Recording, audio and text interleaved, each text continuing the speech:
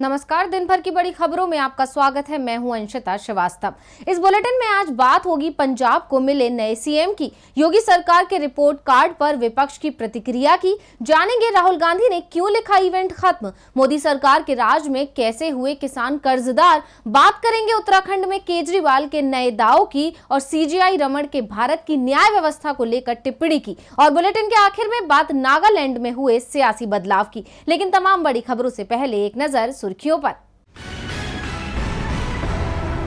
TMC में शामिल होने के बाद बोले बाबुल सुप्रियो, कहा मैं पार्टी बदल कर कोई इतिहास नहीं बना रहा, जल्द ही सांसद पद से भी दे दूंगा इस्तीफा, ममता का जताया आभार।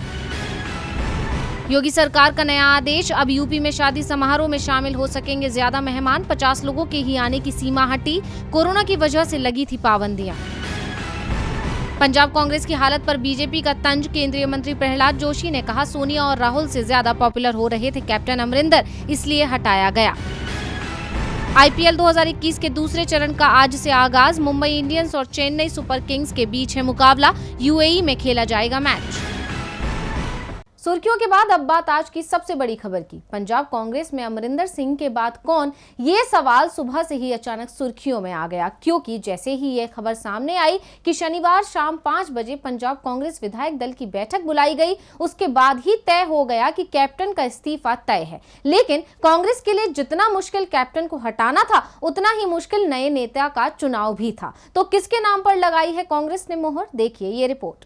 कांग्रेस विधायक चरणजीत सिंह चन्नी पंजाब के नए मुख्यमंत्री होंगे। कांग्रेस विधायक दल ने चन्नी के नाम पर अपनी मोहर लगा दी है। पंजाब कांग्रेस प्रभारी हरीश रावत ने चन्नी के नाम का ऐलान करते हुए कहा कि चन्नी को कांग्रेस विधायक दल ने नेता चुना है और वो पंजाब के नए सीएम होंगे। कांग्रेस विधायक दल के नेता चुने जाने के बाद चन्नी सीधे राजभवन पहुंचे और राज्यपाल बनवारी लाल पुरोहित के सामने सरकार बनाने का दावा पेश कर दिया।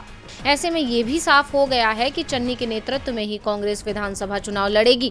इससे पहले सुखजिंदर रंधावा के नाम पर सहमति बनते दिखाई दी थी, लेकिन कांग्रेस के प्रदेश अध्यक्ष नवजोत सिंह सिद्धू इसके लिए तैयार नहीं थे। सिद्धू के विरोध के चलते रंधावा का नाम अटक गया और विधायकों ने नए नाम पर चर्चा शुरू की। दरअसल सिद्धू की ओर से खुद को सीएम बनाए जाने की दावेदारी पेश कर दी गई थी, लेकिन वे पंजाब कांग्रेस के प्रधान हैं, इसलिए हाईकमान ने उनके नाम को हरी झंडी नहीं दी। कैप्टन खेमे से भी ये संकेत आने लगे थे कि सिद्धू को वो किसी भी सूरत में मंजूर नहीं करेंगे। अमरिंदर सिंह ने तो यहां तक कह दिया था कि यदि सिद्धू को सीएम पद के लिए चुना गया तो फिर सरकार को सदन में बहुमत भी साबित करना होगा। कैप्टन और सिद्धू की लड़ाई के चलते रंधावा की जगह चन्नी के नाम पर सहमति बन गई, क्योंकि रंधावा का विरोध दोनों ही गुट की ओर से हो रहा था। वैसे रंधावा ने कैप्टन की नाराजगी को दूर करने की ये कहते हुए कोशिश की कि वो उनके बड़े भाई हैं और पंजाब कांग्रेस के सिर का ताज हैं, लेकिन रंधावा सिद्धू की नाराजगी को दूर नहीं कर पाए।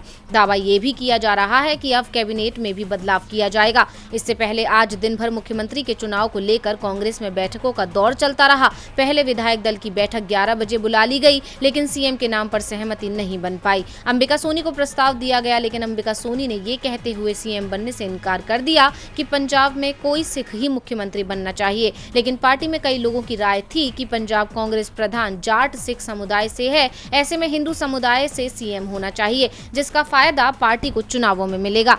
चरणजीत सिंह चन्नी पर कांग्रेस का दाव कितना काम करेगा, ये चुनावों में साफ हो जाएगा। पंजाब के साथ यूपी में भी चुनाव है। चुनावों से पहले योगी सरकार द्वारा 4.5 साल का रिपोर्ट कार्ड पेश किया गया, लेकिन ये रिपोर्ट कार्ड विपक्ष के निशाने पर आ गया। विपक्षी दलों का कहना है कि जब काम ही नहीं किया तो गिनाया किसे जा रहा है। योगी सरकार तो दूसरे राज्यों के काम भी अपने बता देती है। महामारी के दौरान यूपी की जो तस्वीर दुनिया के सामने आई, उसके बाद योगी सरकार की रणनीति पर सवाल उठने लगे। बढ़ते मरीज और अस्पतालों में सुविधाओं की कमी पर सरकार के अंदर से ही सवाल पूछे जाने लगे। बीजेपी को विधानसभा चुनावों में भी हार का डर दिखने लगा था। इसके बाद योगी आदित्यनाथ को हटाने की चर्चाएं भी पार्टी में शुरू हो गई, लेकिन अब बीजेपी योगी के नेतृत्व में ही चुनाव लड़ने का ऐलान कर चुकी है। योगी आदित्यनाथ ने आज अपनी सरकार के 4.5 साल पूरे होने पर रिपोर्ट कार्ड भी जारी किया। अब योगी सरकार की तरफ से जनता को अपना रिपोर्ट कार्ड देने पर विपक्ष की तीखी प्रतिक्रिया आ रही है।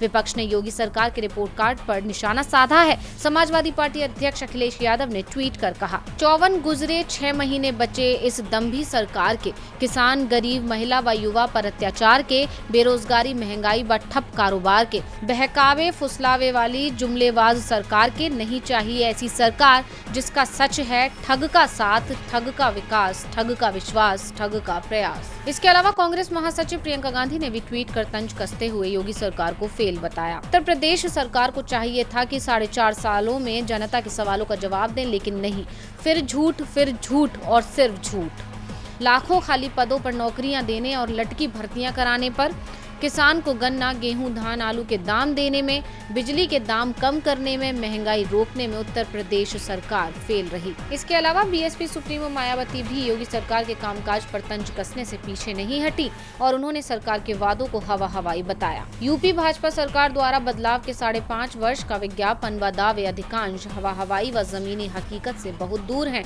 इनकी कथनी व करनी में अंतर होने के कारण खासकर यहाँ की बढ़ती गरीबी, बेरोजगारी व महंगाई आदि से जनता की बदहाली जग जाहिर। योगी सरकार अभी चौतरफा घिर चुकी है और उसके लिए इस बार चुनावी रण में विजय पाना मुश्किल होता नजर आ रहा है। लेकिन चुनाव के समय में आरोप प्रत्यारोप का ये दौर तो चलता ही रहेगा, लेकिन इस रण में विजय उसकी ही होगी जिसके वादे और दावे जनता को भाएंगे।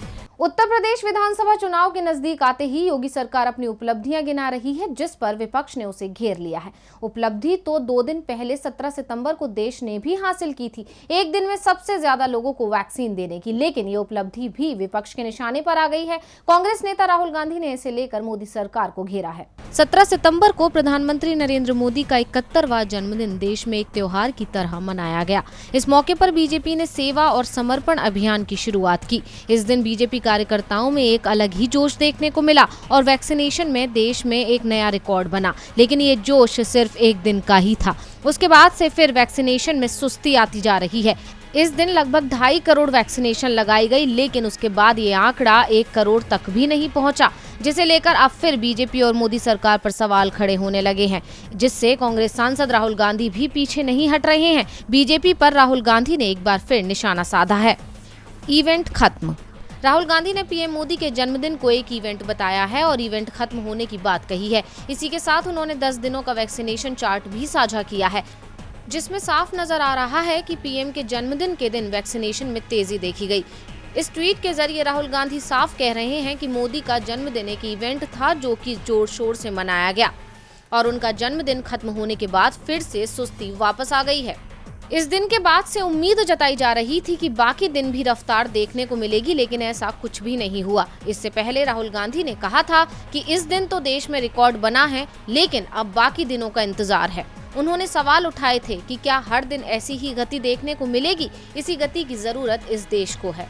अब राहुल गांधी ने धीमी होती वैक्सीन की रफ्तार को देखते हुए सरकार पर तंज कसा है, क्योंकि आंकड़ों के मुताबिक 2 दिन में फिर से वैक्सीन का ग्राफ नीचे आ गया है, जिससे मोदी सरकार फिर सवालों के घेरे में आ गई है। मुश्किल में तो सरकार एनएसओ रिपोर्ट के कारण भी आ गई है और इसी रिपोर्ट का हवाला देते हुए किसान नेता राकेश टिकैत ने भी सरकार से सवाल पूछ लिया है। सरकार को घेरते हुए क्या बोले टिकैत, देखिए इस रिपोर्ट में। किसान आंदोलन की शुरुआत से ही किसान नेता राकेश टिकैत सरकार पर निशाना साध रहे हैं। अब एक बार फिर उन्होंने एनएसओ रिपोर्ट का हवाला देते हुए केंद्र सरकार को घेरा, साथ ही ट्वीट कर सरकार से सवाल भी किया। उन्होंने सरकार से पूछा कि कैसे 3 महीनों में किसानों की आय को दोगुना किया जाएगा। केंद्र सरकार ने कहा था 2022 तक किसानों की आय दोगुनी हो जाएगी, जबकि एनएसओ की रिपोर्ट 2019 बता रही है कि 6 साल में किसान की खेती से होने वाली आय 48% से घटकर 38% रह गई। आखिर वो कौन सी जादुई छड़ी है जिससे 3 माह बाद आमदनी दोगुनी हो जाएगी? आखिर यह छलावा नहीं तो और क्या? एनएसओ की रिपोर्ट का हवाला देते हुए राकेश टिकैत ने केंद्र सरकार पर किसानों के साथ छल करने का भी आरोप लगाया। दरअसल नेशनल स्टैटिस्टिकल ऑफिस ने साल 2019 में ग्रामीण भारत में कृषि परिवारों और भूमि जोत का आकलन 2019 नाम से एक सर्वे किया था, जिसकी रिपोर्ट 10 सितंबर 2021 को जारी की गई थी। इस रिपोर्ट के अनुसार 6 साल में किसान की खेती से होने वाली आय 48% से घटकर 38% हो गई। इस रिपोर्ट के अनुसार देश में आधे से ज्यादा कृषक परिवार कर्ज में है। वहीं दूसरी तरफ मोदी सरकार ने 2016-17 के केंद्रीय बजट में साल 2022 तक किसानों की आय दोगुनी करने का लक्ष्य निर्धारित किया था। ऐसे में एनएसओ द्वारा जारी रिपोर्ट पर आंदोलनरत किसानों की नाराजगी सामने आ रही है और राकेश टिकैत ने ट्वीट कर केंद्र सरकार को आड़े हाथों ले लिया है। एनएसओ की रिपोर्ट का हवाला देते हुए राकेश टिकैत ने केंद्र सरकार पर किसानों के साथ छल करने का आरोप लगाया है। एनएसओ की रिपोर्ट के मुताबिक किसानों की आय कम हो गई है, जिससे सरकार पर सवाल उठ रहे हैं। बीजेपी की मुश्किल उत्तराखंड में भी बढ़ी हुई है, क्योंकि आगामी चुनावों में सिर्फ कांग्रेस ही नहीं, अब आम आदमी पार्टी भी बीजेपी को कड़ी टक्कर देने के लिए मैदान में उतर गई है और बड़े बड़े वादे कर रही है। तो क्या क्या वादे किए केजरीवाल ने उत्तराखंड के लोगों के लिए, देखिए ये रिपोर्ट। उत्तराखंड विधानसभा चुनाव में इस बार बीजेपी कांग्रेस के साथ आम आदमी पार्टी भी पूरे दमखम से उतर रही है। 4 महीने बाद जिन 5 राज्यों में विधानसभा चुनाव हैं, उनमें से पंजाब के बाद उत्तराखंड में भी आपको सबसे ज्यादा उम्मीद दिखाई दे रही है। आप संयोजक अरविंद केजरीवाल लगातार उत्तराखंड का दौरा कर रहे हैं। आज वो एक बार फिर राज्य में पार्टी का चुनाव प्रचार करने पहुंचे। हल्द्वानी में एक रैली के दौरान केजरीवाल ने दिल्ली की तर्ज पर ही चुनावी वादों की झड़ी लगाते हुए पार्टी का एजेंडा सेट कर दिया। केजरीवाल ने कहा कि उत्तराखंड में आपकी सरकार बनी तो 6 महीने में 1 लाख लोगों को नौकरी दी जाएगी, हर घर को रोजगार दिया जाए। जब तक रोजगार नहीं मिलता तब तक सरकार की ओर से बेरोजगार लोगों को हर महीने 5,000 रुपए का भत्ता दिया जाएगा। साथ ही नौकरी में उत्तराखंड के लोगों को 80% आरक्षण देने के साथ ही युवाओं के लिए नौकरी देने वाला जॉब पोर्टल लॉन्च करने का भी ऐलान किया। रोजगार और पलायन मामलों का नया मंत्रालय बनाने की बात कही। साथ ही उन्होंने इस मंत्रालय का उद्देश्य भी बताया। उन्होंने कहा कि नौकरियां राज्य में ही मुहैया कराई जाएंगी ताकि लोग पलायन ना करें और जो पलायन कर चुके हैं उन्हें वापस बुलाने के लिए प्लान बनाया जाएगा। केजरीवाल ने बीजेपी पर तंज कसते हुए कहा कि बीजेपी हर महीने सीएम बदलती है, उन्हें वोट देंगे तो हर महीने एक नया सीएम मिलेगा, लेकिन अगर आप हमें वोट देंगे तो हम 5 साल के लिए एक स्थिर सीएम देंगे। उत्तराखंड में जीत हासिल करने के लिए अरविंद केजरीवाल ने वादा किया है कि वहां रोजगार की समस्या को जड़ से मिटा देंगे, क्योंकि आज के समय में बेरोजगारी सबसे बड़ी समस्या बन चुकी है। लेकिन इस देश में दूसरी बड़ी समस्या है देरी से इंसाफ मिलना, जिसकी वजह से हमेशा से देश की न्याय व्यवस्था पर सवाल उठाए जाते रहे हैं। लेकिन इस बार chief justice of India justice N V Raman ने न्यायपालिका की दूसरी खामियों के बारे में अपनी चिंता जताई है। तो क्या है सीजेआई एनवी रमन की चिंता, देखिए।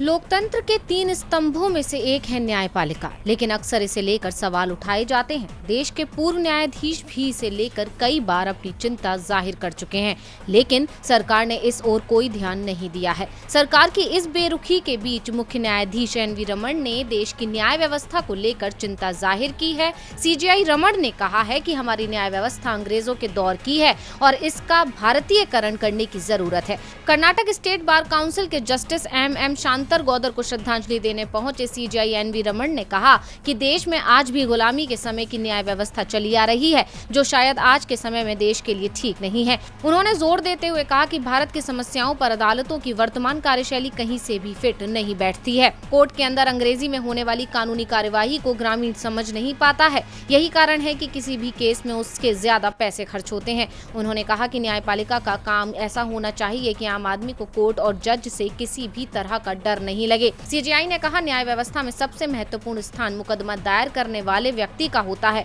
कोर्ट की कार्यवाही पूरी तरह से पारदर्शी और जवाबदेही भरी होनी चाहिए। कोर्ट में मौजूद जज और वकीलों का कर्तव्य है कि वह कोर्ट परिसर में ऐसा माहौल तैयार करे जिससे किसी को भी न्यायालय आने में डर ना लगे। अब सीजेआई ने जो सलाह दी है वो कानून व्यवस्था को दुरुस्त बनाने के लिए बेहद जरूरी है। अब देखना होगा कि सरकार इस ओर कब तक ध्यान देती है।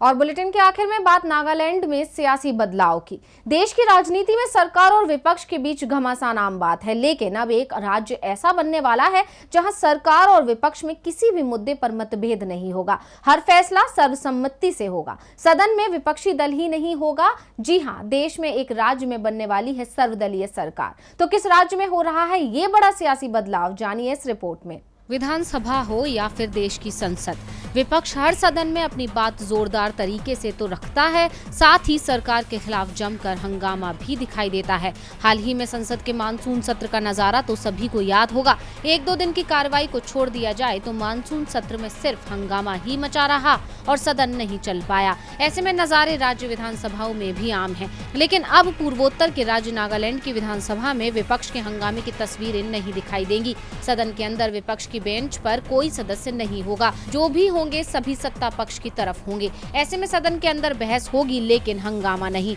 और ये सब बिना दल बदल के हो रहा है, यानी किसी भी पार्टी के सदस्य ने पाला नहीं बदला है। बिना दल बदल के ही नागालैंड में बड़ा बदलाव देखने को मिल रहा है। यहाँ सभी पार्टियों ने एक साथ मिलकर सरकार चलाने का फैसला किया है। सभी राजनीतिक दलों ने कोहिमा में मुख्यमंत्री नेफ्यू रियो की अध्यक्षता में हुई बैठक के बाद ये फैसला लिया है कि राज्य में सर्वदलीय सरकार बनाई जाए। इस नई सरकार को संयुक्त लोकतांत्रिक गठबंधन नाम दिया गया है। इस नई सरकार में बीजेपी भी शामिल है। मुख्यमंत्री ने खुद इस फैसले की जानकारी ट्वीट करके दी। सर्वदलीय सरकार गठन की बात 19 जुलाई से शुरू हुई, जब मुख्य विपक्षी दल नागा पीपुल्स फ्रंट ने ये प्रस्ताव विधानसभा में रखा था। शुरुआत में बीजेपी ने इसे मानने से इनकार कर दिया था, लेकिन बाद में केंद्रीय नेतृत्व को विश्वास में लेकर इस प्रस्ताव को स्वीकार कर लिया गया। तो आज इस बुलेटिन में बस इतना ही। देखते रहिए DV लाइव। नमस्कार।